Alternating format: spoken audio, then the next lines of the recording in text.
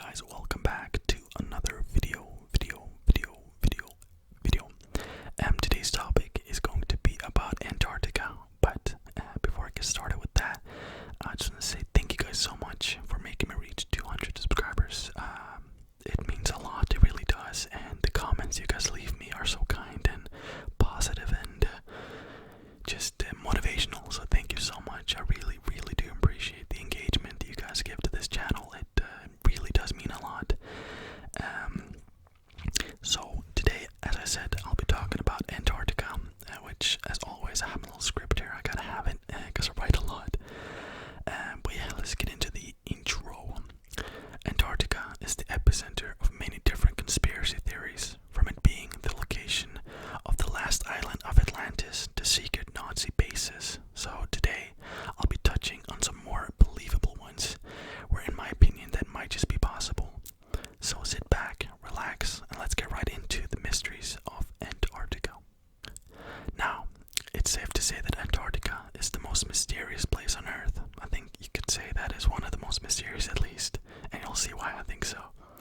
The continent spans over 5 million square miles, which, to put it into context, is twice the size of Australia, which is mental. Due to its harsh weather conditions, there are no residents that permanently resides in Antarctica. Also, the visitation laws are extremely strict, which makes you wonder what secret the icy landscapes could be hiding. Which is like, I get, of course, why would you want to live in Antarctica? It's awful. I mean, it's impossible almost to live there normally. I mean, I gotta have some like highly advanced houses or like bases or whatever to live there, and not even live there, just do studies. You know, there's some scientists obviously that live up there, not all year round obviously, but when they do live there, they are very like enforced buildings and stuff like that, so it's not like you can place a normal house there and just put in a heating system. But the fact that it's just completely left alone, allegedly, is pretty terrifying if you think about this sheer size of the continent. It's pretty mental. So, in the mid to late 1950s, the United States were starting to experiment pretty heavily with a nuclear technology. This due to wanting to gain an edge on this technology over the Russians. Now, the reason I bring this up is because, or due to an operation the Americans named Operation Argus. This was the testing of nuclear bombs in colder areas of the planet to see if the effects varied from the warmer areas. It's typical like American testing. I mean, of course they would go up there and test nuclear bombs, right? It wouldn't be America if they didn't. But we're gonna get back to this a little bit later. But this has something very, of course, sinister. But it could be hiding a bigger secret than just testing nuclear bombs. Now, it's believed that they tested 3 nuclear missiles around Antarctica. The exact location where these tests took place is completely unknown. But all the footage of these events and all the paperwork documenting these events were, for some reason, destroyed, which is always highly suspicious. It makes you wonder what evidence they were trying to hide. This becomes even more suspicious when you learn about the secret missions the American conducted in December of 1946. So, in December of 1946, the Navy sent 4,700 troops up to Antarctica to supposedly set up a secret military base and train there to get accustomed to colder weather conditions, which on the sheer face, like if you take it at face value, like yeah, it makes sense kinda. You know, they're sending people up there, you know, troops or whatever, and they're doing military exercises, which you know, seems logical. But there's many things around that makes that highly suspicious. Almost like they said that they were going up there to do that, but in reality they were doing something a lot different. And now this expedition only lasted a couple of months, as they claimed that the weather conditions got too extreme for them to handle.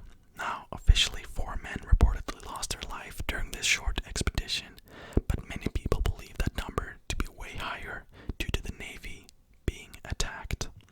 This is where it gets interesting. Who were they attacked by in Antarctica? There shouldn't be anyone up there, so there shouldn't be a problem. Now, it's said that during their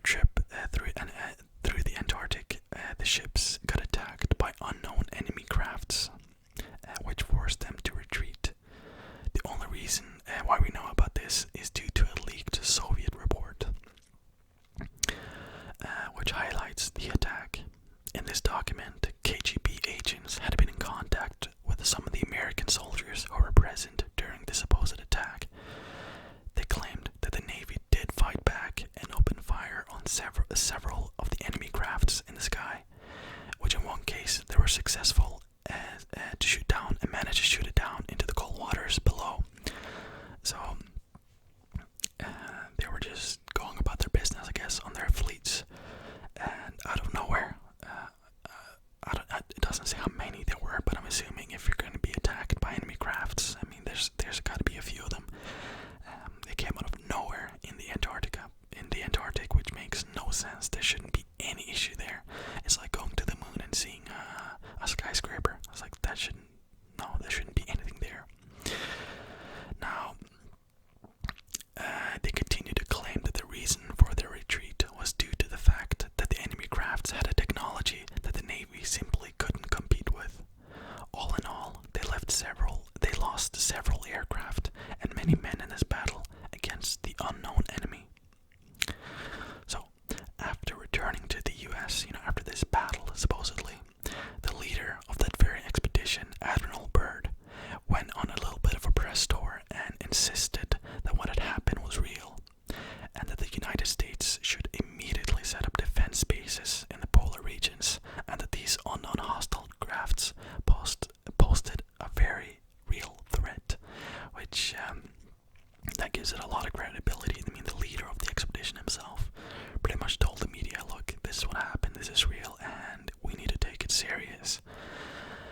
Now, not long after making these statements, Byrd was placed in a mental institution and never heard from again. Fact, that actually happened, which is mental. I mean, I guess people questioned at the time, but I would have loved to know more about what happened to him after he was put there.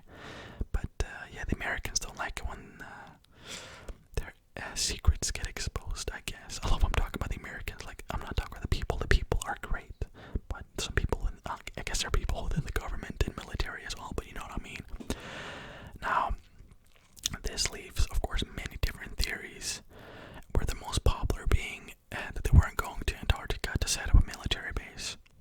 The whole reason for them going there was a military invasion, which explains why they sent so many fleets and troops along for the ride, as they knew they had to fight this mystery enemy once they got there, which to me makes a lot of sense. I mean, if you're going to set up a military base, you do not need to bring 4,700 men and just tens of fleets, and it's just like an aircraft with you, and like, I get it, but you don't need that many. I mean, let's be honest.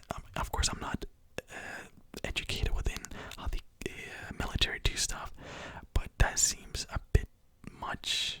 It's like almost they knew they had to fight a battle once they got there, and I believe that to be the case. I mean, that's just my belief. Now, also going back to the 3 nuclear missiles that were fired, some people claim that this was to take care of that enemy once and for all. So, of course, they said, "Oh, we're just testing some missiles up there." But the real reason why, what some people claim is the real reason at least, was that they used these missiles, nuclear missiles, against these secret bases or secret enemy aircraft up there to kill them off once and for all. Now, there are, of course, many theories as to who these enemy crafts were controlled by, so let's discuss the most popular. Aliens, obviously, is the most popular one, or one of the most popular ones. Now, obviously, this is one of the most believed stories into what people say could be happening. Antarctica being as vast and unexplained as it does indeed leave plenty of space for some aliens to set up a base there without us ever knowing about it. There have been pictures captured by Google Earth that people claim to show these bases, and even in some cases downed UFO crafts laying in the snow. Of course, without being able to go and check for ourselves, we can only speculate, but it's definitely interesting. One of the most recent pictures is the one I'll be showing you now. Now, here you can clearly see what looks like a tube or a cigar-shaped object laying in the snow.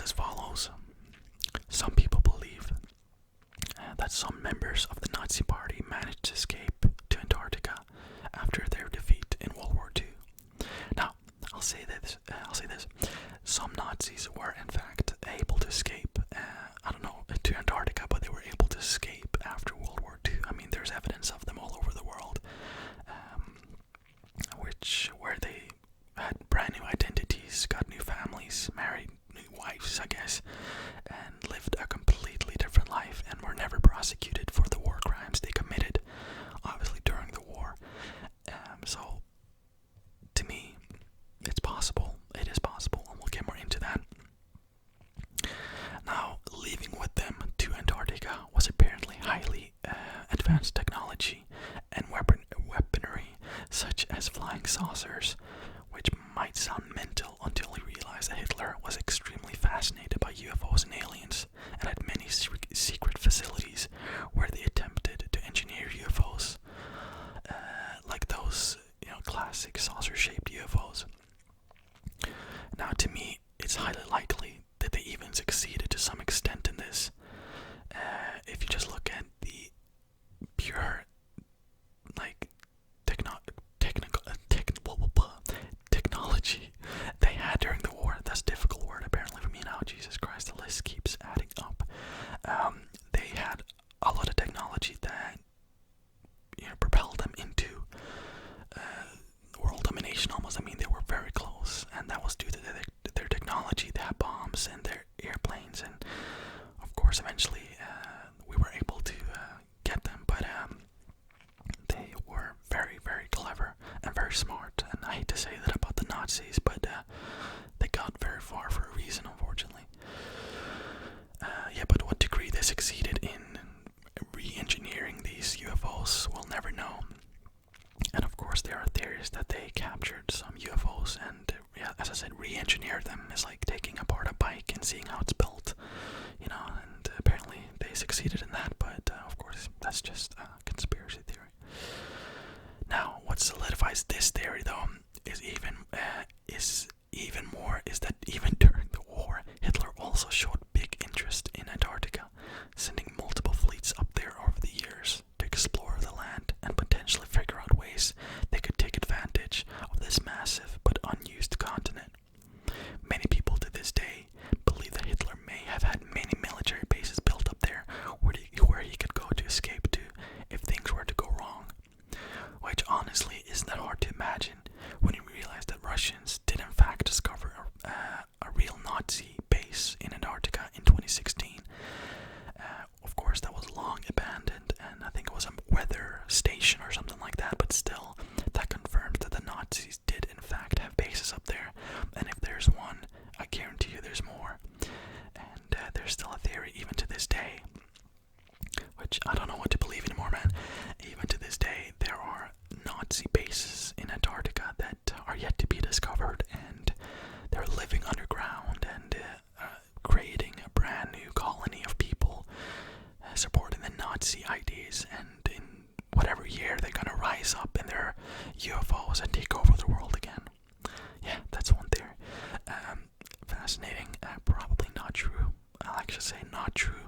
I don't know. I mean, it could happen, but what I'm saying could happen. I guess it couldn't, but in theory, it could happen. Okay, which would be mental. Imagine that one day, just like 2045, just a bunch of Nazi UFOs taking over the world. It is crazy, man. And there's a lot of crazy conspiracies involving the Nazis during the war, obviously. But maybe another day we can go into that if you guys want that. So, thank you guys so much for watching. Again, you guys are so appreciated.